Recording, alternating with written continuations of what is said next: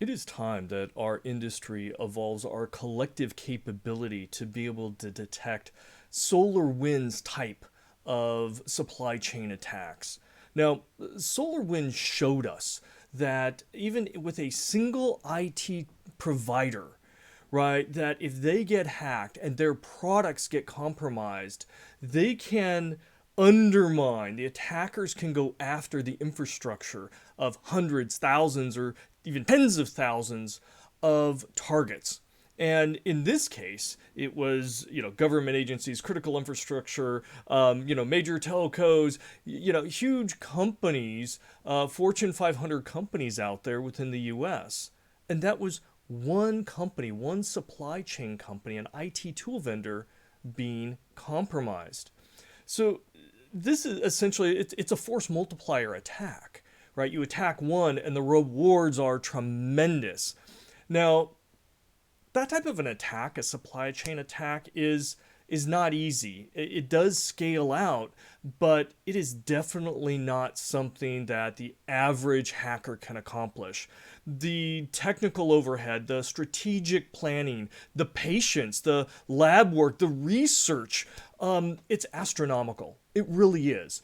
And for the most part, only nation states can afford to go down that path or have that wherewithal to really make that happen effectively.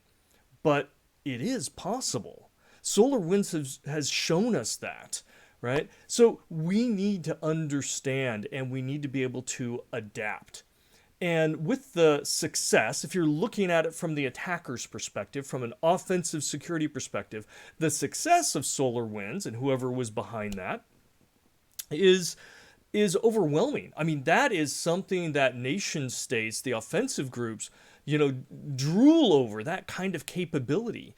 And many of them are already going down this path. They have been for a while, but now the rest of them, right, seeing that level of success, well, that's a motivator, right? So now we're going to have every nation state that has an offensive type of cyber program, they're going to be looking to be able to compromise one of the thousands, tens of thousands of different IT companies out there, service providers. So that's going to change the landscape, right? The threats have just increased. And keep in mind, supply chain risks have always been there. We've been talking about them for the better part of a decade. We've known they've been there, but because something like this hasn't bubbled up too much, right, it's easy to rank that lower on the risk scale. Well, that's now got to change. And our capability as an industry has to go higher in this space. So, with the, again, thousands, tens of thousands of different companies out there who might also be hacked and give that level of access or even more access to a company or to a nation, to governments, we have to change, right? And there's not a single company or organization that can go out there and do that kind of work to be able to assess every single vendor that they have and tear down the binaries and look at the engineering and the architecture and determine, whether something's been compromised, not only when they install it, but for every update, for every change throughout its livelihood within the organization. It's just not viable.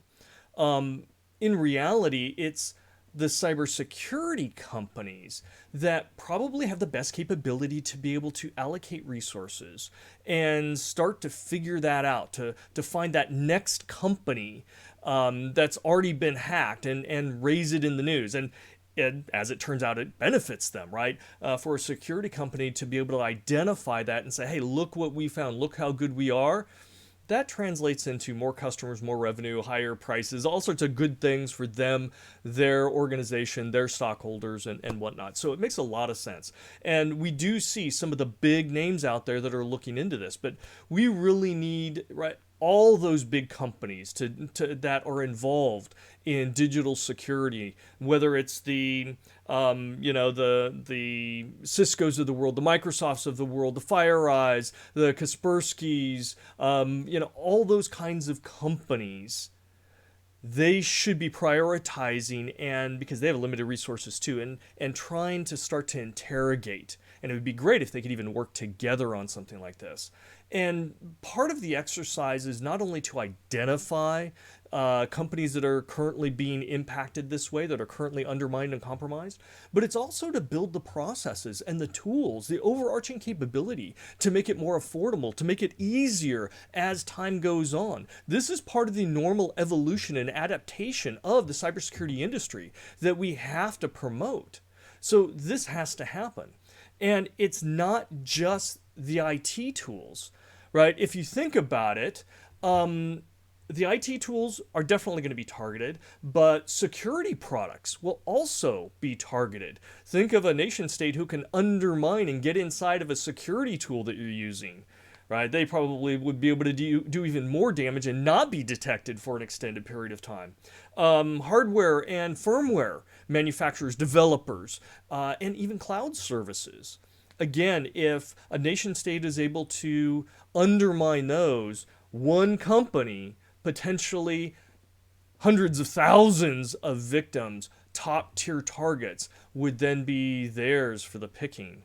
So, we need to have the security industry start working together. They need to start pivoting. They should be working on those prioritizations, setting up teams, allocating, starting their hunting processes with the idea of we're going to get better. We're going to develop tools. We're maybe even going to share tools across the board and methodologies to see what works. Because at the end of the day, supply chain attacks are very, very dangerous. And it's something that we need to protect from. We need to protect the trust in digital technology. And when suppliers like this are getting undermined, that trust goes out the window. So for the benefit of all digital technology and for digital innovation and investment, we have to protect trust. So stay tuned, because I think we're going to see leaders in the cybersecurity space over the next months and throughout 2021 start to put teams together and look at this and come back to the world and say, look what we've found, look what we've created, look what we've done, to be able to start to detect these types of supply chain attackers across a myriad of different tools and digital services. And that's what we need. As an industry, we have to grow. We have to evolve at the same pace as the attackers. So I'm looking forward to see which of those security companies are going to show true thought leadership and help the world. So stay tuned.